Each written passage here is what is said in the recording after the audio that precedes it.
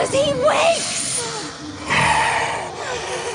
The thing about anime is that it's capable of exploring stories, which are a tad challenging to explore in other mediums. It's a sort of particular filmmaking technique's inclination to work with all kinds of genres and experiment with them without the restraints of imagination that have helped anime both endure and evolve in its own right. Of course, there's no denying that anime has been around for a very long time now, but it was the decade of the 80s that categorically represented the golden period for anime in the West. Out of a slew of series and movies that got released during the 80s, some became beloved classics. And in today's video, we'll be taking a look at 25 amazing anime that have simply managed to age really well. Mind you, our list is in no particular order, and every anime mentioned here has its own charm and is worth checking out in its own right. Before we get into this video, we have a quick request. If you enjoy our content, then please support us by subscribing to the channel. It's a small click for you, but it means an awful lot to us. And without further ado, let's dive right into the video. Goku, you're so adorable!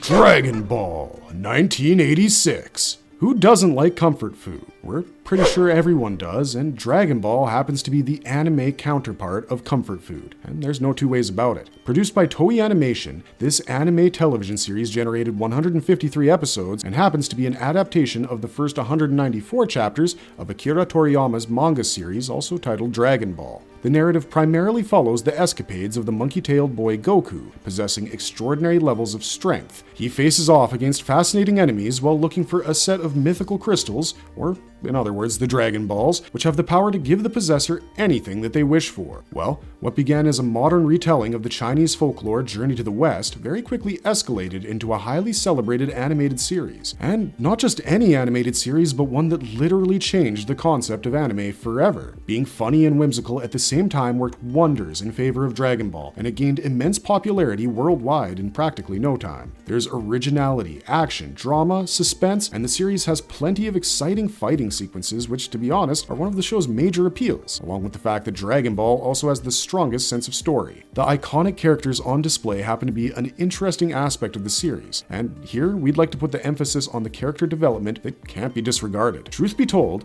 Dragon Ball stood the test of time for two primary reasons. Firstly, it gave fans a thoroughly enjoyable story. Secondly, the fans never really stopped loving and celebrating this anime television series, and the rest, as you probably know, is history.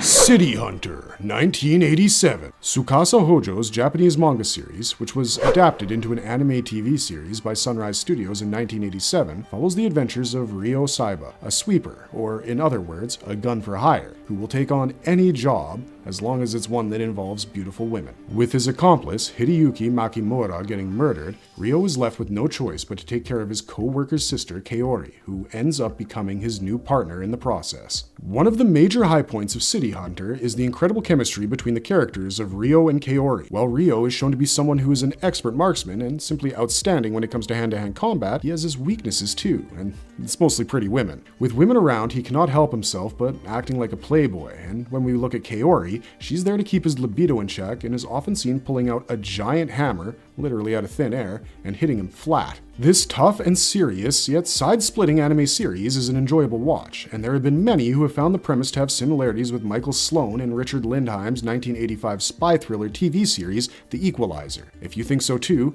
let us know in the comments down below. Akira, 1988. Based on Katsuhiro Otomo's 1982 cyberpunk post-apocalyptic manga series, also titled Akira, Otomo's cyberpunk action movie is set in a dystopian 2019 in the futuristic metropolis of Neo-Tokyo. The storyline has the leader of a biker gang, Shotaro Kanada's childhood friend Tetsuo Shima, being injured in a motorcycle accident. Tetsuo is taken to a top-secret government facility where he ends up acquiring telekinetic powers. Instead of using his psychic abilities for good, Tetsuo decides to use them for evil, setting off a chain of events that might cause doomsday for Earth. With Akira, you can almost feel the heat and sweat of all the attention to detail in every frame of the animated scenes, making it one of the most prolific and iconic anime films ever made. Of course, the limitless imagination behind Akira makes this such a masterpiece, having garnished an international cult after several theatrical and VHS releases. The movie has a couple of standout sequences, one of which has to be the scene where the character of Tetsuo, who's under observation in a hospital bed, begins to hallucinate that his childhood toy toys are attacking it. This is the part where dreams and reality are craftily fused with each other. The character of Kaneda, who just wants his friend back, serves as the flick's emotional backbone. Shoji Yamashiro's background score also happens to be one of the high points of the film, and it adds to the deliberate usage of absolutely flat silence during particularly vital moments in the film. But having said that, Akira is just not going to be for everyone at the end. The movie features unsavory content that's hard to imagine in a modern anime film. For instance, the attempted sexual assault sequence. But if you think you can skip that, you'll get to witness the overall genius of Akira. Wicked City, 1987. Yoshiaki Kawajiri's solo directorial debut is an adult animated dark fantasy action horror movie that's based on Hideyuki Kikuchi's novel Wicked City Blackguard. The storyline takes place in a dark dystopian Japan, one that's far in the future, and it delves around the concept of a human world secretly coexisting with a demon world. Ensuring relative harmony and protecting the boundary is a secret police force known as the Blackguard. Backed by a screenplay by Norio Osada, Kawajiri, and Kikuchi, Wicked City features wickedly clever animation, which makes it a very entertaining romp boasting an intriguing storyline. We'd also like to focus on the animation here in particular, which was done by hand and not by the means of a computer. A special shout out goes to Kawajiri, who besides directing Wicked City, also served as the character designer, animation director, storyboard artist, and let's not forget, a key animator for the film. The film is also highly graphic, excessively violent, and may we add, unapologetically carnal, so mind you, it's certainly not for kids. In fact, you'll be surprised to learn that this anime was also made into a live-action film adaptation by the late Hong Kong film director and actor Peter Mak back in 1992. Legend of the Galactic Heroes, 1988. Based on Yoshiki Tanaka's award-winning series of novels, the main original video animation was released in 1988, spanning 4 seasons and generating 110 episodes, thereby holding the record for conclusively being the longest OVA in existence and having the most enormous voice cast. The storyline of Legend of the Galactic Heroes centers on 2 interstellar nations, the Galactic Empire and the Free Planets Alliance, and their conflict to end a 150-year-old war. Fans of anime will agree with us when we tell you that the intriguing storyline and solid writing are the basis of every anime classic. Well, the best thing about Legend of the Galactic Heroes is the solitary fact that this anime series relied on a believable strategy and actual storytelling instead of showy effects, heroic fighting, or kick-ass action sequences to have things work in its favor. Having said that, of course, it is the conflict which happens to be the primary focus here, but it is also the characters that are on display, especially the depth and detail given to each one of them, along with the motivation behind the conflict, which is the strong point of the series. You have a plot that is political in nature and with so many threads it keeps you constantly guessing as to which trajectory things will lead to. It's only fitting that we categorize Legend of the Galactic Heroes as an epic space opera that's grand in every way and still hasn't faded with time. Vampire Hunter D, 1985. Based on Hideyuki Kikuchi's novel Vampire Hunter D Volume 1, the events of Toyo Ishida's fantasy horror OVA film are set in a post-nuclear Holocaust world and has Doris Lang, a young woman, enlisting the aid of a mysterious part vampire, part human vampire hunter D to safeguard her from a 10,000-year-old powerful vampire lord who has chosen Doris as his next bride. Those who have seen Vampire Hunter D will agree with us when we tell you that this delightfully distinct movie, with not exactly the most original storyline, starts off slow, only to pick up its pace the minute the eponymous D makes his appearance. And may we add, what a grand entry. While imagining D in a long black cape and an oversized brim hat is plausible, nobody saw him riding a cyborg horse. Vampire Hunter D might not come across as one of the greatest anime to have been ever made, but believe us when we tell you it's a personal favorite of quite a few people. It's old school, for sure. It features some heavy action and a gratuitous level of acceptable violence. The animation on display gives a hauntingly perfect, otherworldly, eerie feel to the movie, which is amplified even further with the deliberate usage of color, such as dark blue and brown in particular. In fact, Toyo Ishida has done a remarkable job of staying true to the horror aspects of the original novel. Also, Tetsuya Komoro's synthesizer musical score adds to the surreal atmosphere and makes this movie earn its true horror status. Well, if you call yourself an anime connoisseur, you've got to have Vampire Hunter D in your collection.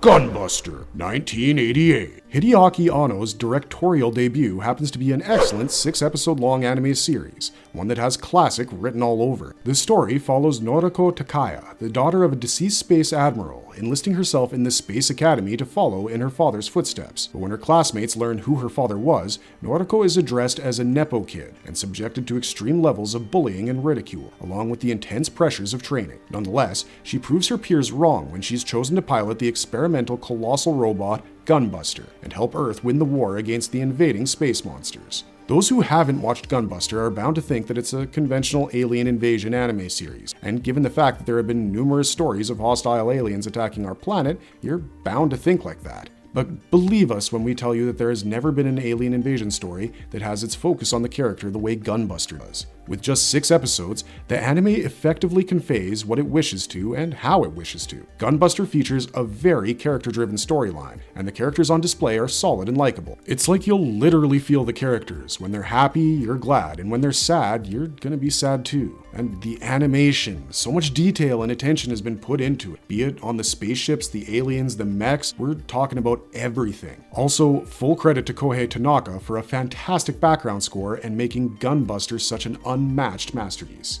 Nausicaa of the Valley of the Wind, 1984. Hayao Miyazaki's post-apocalyptic anime fantasy flick is based on his 1982 manga series of the same name. Set in a post-nuclear futuristic world, Nausicaa of the Valley of the Wind tells the story of Nausicaa, the teenage princess of the Valley of the Wind, who becomes stuck in the middle of a struggle with the military kingdom of Tolmekia and the warring nation of Pajit. Both nations are embittered and engaged in a war, and they're also trying to wipe out a toxic jungle that is swarming with humongous mutant insects. With the valley transforming into a hotbed for unrestrained nihilistic violence and well-thought-out destruction, everyone's depending on the courageous teenage princess to restore peace and stability. Miyazaki's Nausicaa of the Valley of the Wind is a timeless story of courage and compassion in the face of danger. It's the perfect balance between nature always finding its way and the dramatic struggle of the messianic character attempting to save humanity and a dying planet. Also, given the fact that this film was released 40 years ago, it's only fitting to address Miyazaki as someone with a vision, spirit, and of course the guts to come up with such a magnificent and unforgettable movie. Miyazaki has very craftily, may we add, addressed issues that are pretty paramount in nature. He has stressed the significance of the environment and how human beings are fully aware of its impact and neglect towards it. So naturally, those who have seen the film will agree with us when we address it as visionary, prophetic, disturbing, and heartbreaking. We highly suggest people who haven't seen this yet to not miss out on a fresh and sublime anime. Angel's Egg, 1985. Written and directed by Mamoru Oshii, this Japanese art film OVA is a collaboration between Oshii and artist Yoshitaka Amano. This film follows a young nameless girl caring for an egg and another nameless man in militant garb traversing an apocalyptic world. It is during the duo's time together that the audience is introduced to themes revolving around life, death, and religion. The ending is more ambiguous than shocking, as it leaves many questions unanswered and much room for interpretation. You might find this odd, but Oshii has stated he himself did not know what his movie was about while he directed it. Artistically speaking, the movie is marvelous. The animation is hand-drawn, which means there's no CGI in any form. The visuals are delightful and beautiful, and there's just no denying that. In terms of the storyline, the film doesn't spell out the plot, and that makes it kind of cerebral. The message Oshii wanted to convey gets delivered in the midst of a rather complex apocalyptic setting, with unforeseen twists and turns. Naturally, this makes Angel's Egg both dark and poetic simultaneously, and it isn't often that an animated flick like this comes, but when it does, it's refreshing. Oshii's movie happens to be a stunning work of imagination, and it is often stated that the film draws heavy inspiration from the director's own loss of faith in his religion. If you're a fan of artistic anime, you should absolutely put this one on your list. Fist of the North Star, 1984. Burnson's manga series, also titled Fist of the North Star, was adapted into 2 anime TV series produced by Toei Animation and aired on Fuji TV from 1984 to 1988, comprising a total of 152 episodes. The events of Fist of the North Star are set in a post-apocalyptic landscape where the humans are seen fighting amongst themselves in order to survive. We're introduced to Kenshiro, a highly skilled successor of an ancient lethal martial art, who is seen resorting to his abilities to defend himself and also those who are vulnerable. What makes Fist of the North Star such a memorable anime even today is the strikingly impressive martial arts action on display along with the animation. We want to put further stress on the animation because it does a fabulous job of recreating the stark imagery of Burinson's manga, capturing everything to perfection and in evocative detail. Of course, the series has a fair share of graphic violence, but the gore is toned down by depicting exploding heads in shadows and silhouettes. Naturally, this makes the bloodshed pleasing to the eyes because instead of the usual red, we get to see the bad guys butchered in the most colorful, imaginative ways. May we also add that the character design is superb, given that some excellent line work has been applied to even the most short-lived characters. Mobile Suit Gundam Zeta, 1985. This anime series not only serves as the second installment in the Gundam franchise, but also happens to be the first successor to the original series. Created and directed by Yoshiyuki Tomino, the plot of Mobile Suit Gundam Zeta is set in the futuristic Universal Century time period, and the events take place after a period of 8 years since the events of the original series. The narrative revolves around a new conflict, which is formed between two new factions, the corrupt Task Force Titans and the rebellious Anti-Earth Union Group. The entire series is told from the viewpoint of teenager Camille Badon, a member of the Anti-Earth Union Group and pilot of the RX-178 Gundam Mark II, followed by the MSZ-006 Zeta Gundam.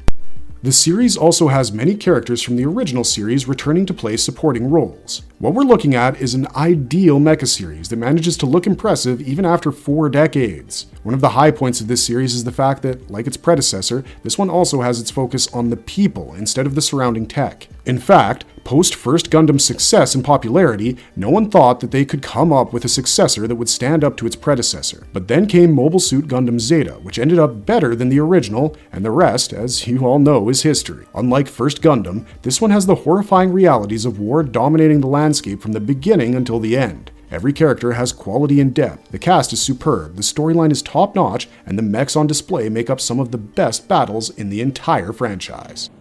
Totoro came back, Dad! I saw him! We saw a cat bus, too! My Neighbor Todoro, 1988. Hayao Miyazaki's animated fantasy movie has two sisters relocating to post-war rural Japan with their father in order to spend more time with their sick mother. However, the sisters soon realize that the house they have moved into is filled with small, dark, dust-like house sprites that can be seen only while moving from bright to darker places. The sisters eventually end up befriending a larger spirit that they address as Totoro, and embark on several magical adventures. It's fitting to state that Miyazaki's movie takes its audience on an adventure with enchanting creatures. The animated film is colorfully bright, featuring a storyline that's gentle, funny, uplifting, and touching all at the same time. You'll be surprised to learn that the movie is also partially autobiographical in nature. When Miyazaki and his brothers were young, his mother suffered from spinal tuberculosis, and because she was hospitalized in a specialized hospital situated in the countryside, Miyazaki and his entire family had to move out there as well. True, it's never disclosed in the movie that the sister's mother was also suffering from tuberculosis, but then again it is implied, and Miyazaki did state that had the two protagonists been boys instead of girls, it would have been too excruciating on his part to make the movie. Well, if you've seen My Neighbor Totoro, you'll agree with us when we call Miyazaki a visionary. One really needs to have a wild imagination to come up with a gem like this that's filled with captivating visuals.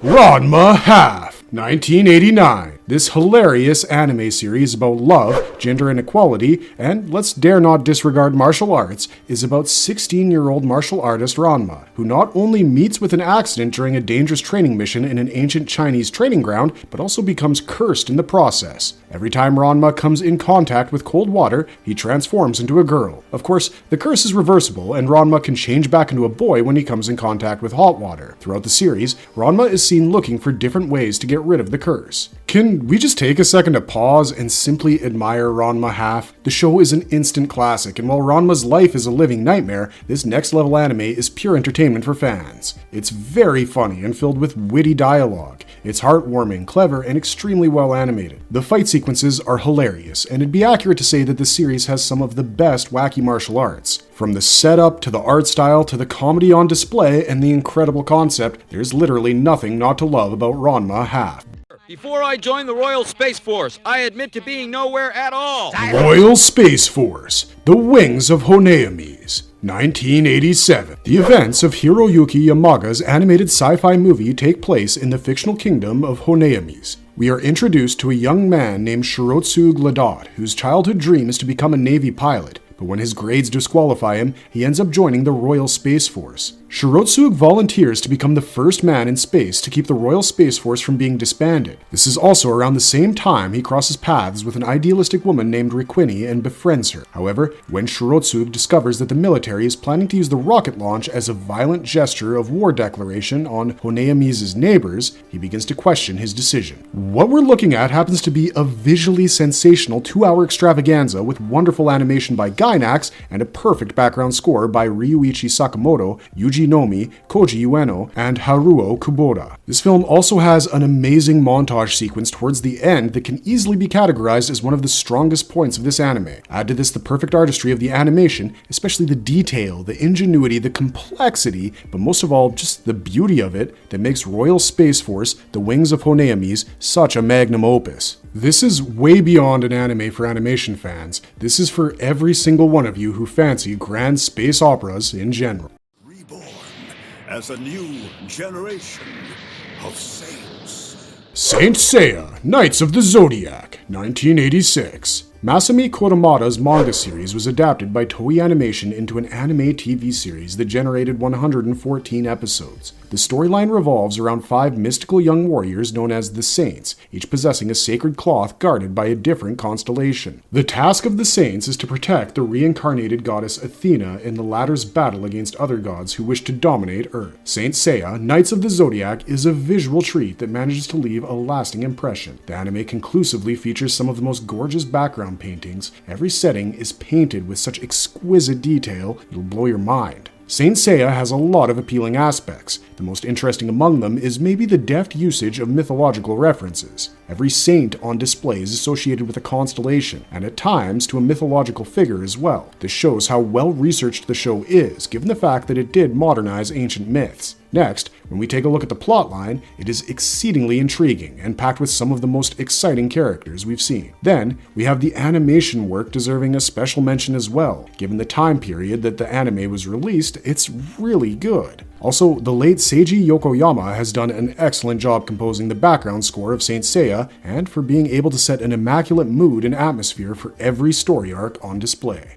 Captain Subasa, 1983. Captain Subasa was originally a Yoichi Takahashi manga series, which, in case you didn't know, is considered to be one of the best-selling manga series of all time, and it was adapted into an anime TV series by Tsuchida Production and then broadcast on TV Tokyo from 1983 to 1986. This widely popular anime series centers on the highly gifted football player Subasa Uzora, who wishes to become the best football player in the world. The series chronicles Subasa from his early days, focusing on his relationship with his friends and adversaries, his training, the competition action, and the outcome of every football match. There's no denying that sports anime are still extremely popular, and Captain Subasa might just top the list. Of course, the high point of Captain Subasa, irrefutably, is the titular character and his undying passion for the game. Well, believe us when we tell you there are multiple real-life players who have been inspired to become professionals, especially after watching this anime series. In fact, you might be surprised to learn that Takahashi came up with Captain Subasa after he was inspired by the 1978 FIFA World Cup in Argentina.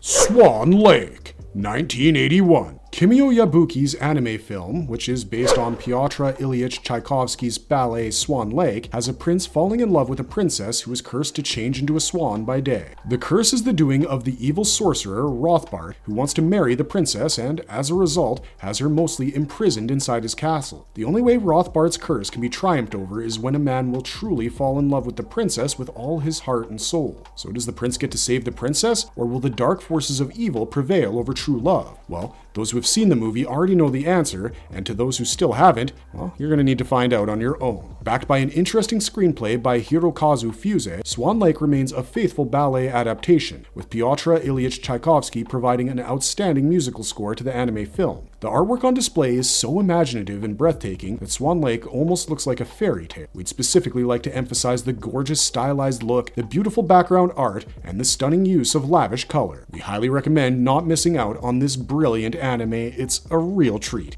Sherlock Hound, 1984. Hayao Miyazaki's Sherlock Hound is based on Sir Arthur Conan Doyle's most iconic creation, but with a pretty huge twist, of course. Almost all the characters featured in this anime series are anthropomorphic dogs. Well, it's only fair to address Sherlock Hound as Miyazaki's love letter to Doyle, giving the series a substantial and well thought out anime makeover. Often addressed as the best unserious Sherlock Holmes ever, one of the primary reasons why Sherlock Hound was a success back in the 80s was solely because of Miyazaki, and in this case, his ability to blend fantasy and reality to utmost perfection. The anime TV series comprises 26 fast-paced and exciting episodes. There's mystery, slapstick, adventure, and romance in every story, and interesting characters and character designs. Speaking of the animation, it's pretty crisp with beautiful backgrounds. In short, you have every reason to check out Sherlock Hound.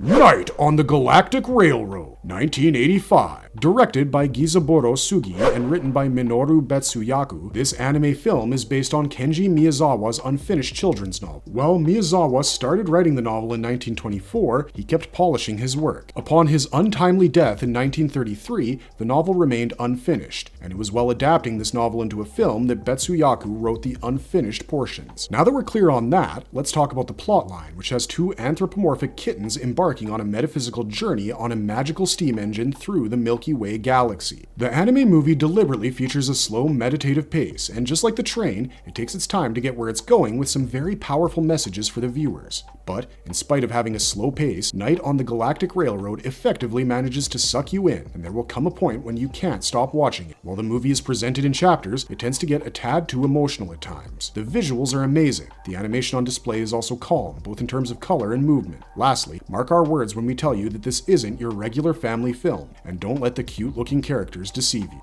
Tomorrow's Joe 2, 1980. First things first, Osamu Dezaki's Tomorrow's Joe 2 isn't a show about boxing. It's a show primarily about a man who boxes. It's a show that shows how boxing can become the very livelihood of a man, and, most importantly, how it tends to affect him and those around him. The storyline of Tomorrow's Joe 2 centers on the top-ranking boxer, Joe Yabuki, who has no desire to return to the ring. The accidental killing of his previous opponent did leave him downhearted, aimless, and underconfident for a while. But Joe has his self-confidence and gung-ho personality restored when he makes up his mind to face his fear and fight against Carlos Rivera, the world's number 6 bantamweight boxer from Venezuela. What you're looking at happens to be a pretty special anime. It takes you on a journey of its own, drawing you way closer to the titular character, who undoubtedly happens to be the high point of the whole series. If we're being honest, his character is what people generally wish to be, and his passion for boxing is unparalleled. One has to witness this anime to feel and understand it as strongly as we do. Igo Bakumaru, 1983. This Tameo Kohana Awa anime television series has Iga Kagamaru living in the mountains along with his grandfather, Seizo, who happens to be a highly strict martial arts teacher. When Seizo passes away suddenly, Iga is taken in by an elderly lady, Ran Ukubo, who was Seizo's first love. Ran, who happens to be a head mistress of a school in Tokyo, brings Iga back with her. Will Iga be able to manage in Tokyo, given that he has always lived in the mountains and has never really attended a school in his life? Well, that's for you to figure out, in case you haven't watched Igo Bakumaru. From the characters, the storyline, to the animation, everything here is simply impressive when it comes to this anime. Iga is an interesting character, and the situations that he encounters aren't just funny, but also quite heartwarming, given that he's doing many things for the first time in his life. Igo Bakumaru features 24 intriguing episodes, and if you ever get a chance to watch it, don't miss out on the opportunity. Maison Ikoku, 1986. Rumiko Takahashi's manga series was adapted into a 96-episode anime TV series, which primarily centered on the misadventures of a young poor student and his landlady, who happens to be recently widowed. You'll be surprised to learn that the romance between the leading characters of Yusako Godai and Kyoko Otonashi was not supposed to be the story's main arc. Takahashi had plans of finishing the storyline early and continuing with a series of other storylines that revolved around the other occupants of the boarding house. But the romantic angle between Yusaku and Kyoko became so popular that it eventually became the crux of the whole series. What you're looking at is a highly underrated anime, and it's only fitting to say that those who haven't watched Maison Ikoku have indeed missed something in their life. This particular anime was not afraid to show things that most movies, and even anime for that matter, were scared to show. Maison Ikoku is understated, funny, and also deeply touching all at the same time. The plot deliberately moves at a slow pace, and to an extent also happens to have a one-track mindset, but it serves its purpose at the end of the day, and the ending leaves its viewers highly content.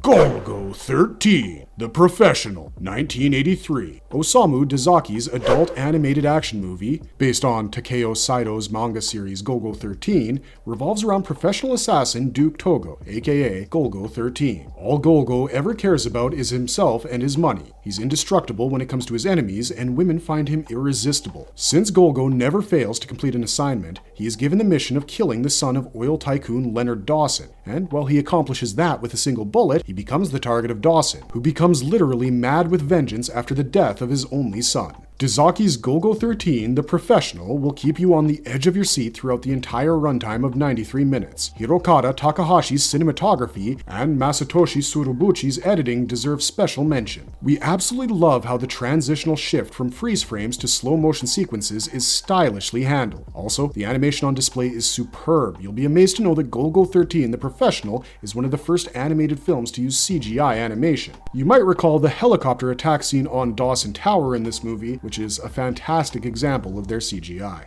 They Were 11, 1986. Directed by Satoshi Dazaki and Tsuneo Tominaga, They Were 11 has 10 space cadets who are put inside a derelict spaceship as part of their final test. The cadets are tasked with surviving as long as they can and with what they have. However, the test takes an unexpected turn, with the crew gaining an 11th member, and no one can figure out who happens to be the extra member. Of course, everyone has a story to tell, and it's only a matter of time before the truth comes out. Well, one of the main reasons why They Were 11, despite being an 80s anime, has managed to age so well is because of its riveting and suspenseful premise. There's tension throughout the entire 91-minute runtime, and the movie descends into complete paranoia, with everybody having doubts about each other. They Were 11 doesn't have a fast pace, and somehow that actually works wonders for the drama of the film.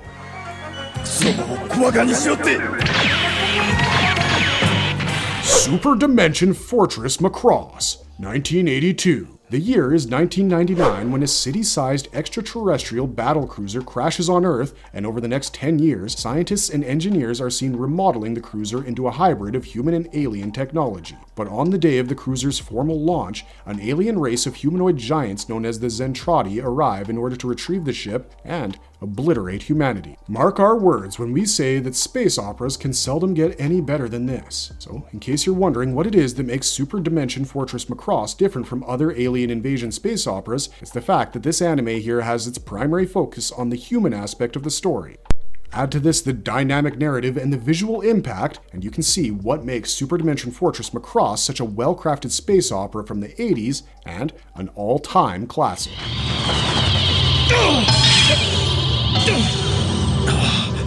Marvelous verdict! Well, that's all for today, and with this, we finally come to the end of our video. Which of these anime classics has left a lasting impression on you? Also, did your favorite 80s anime make it on our list? We'd love to know your thoughts in the comment section down below, and we sincerely hope you got your fill of anime for today. Now, if you enjoyed the video, you know what to do. Please leave a thumbs up and stay tuned, as we promise to be back with the best anime content in the future. Until next time, thanks for watching, stay safe out there, and have a marvelous day.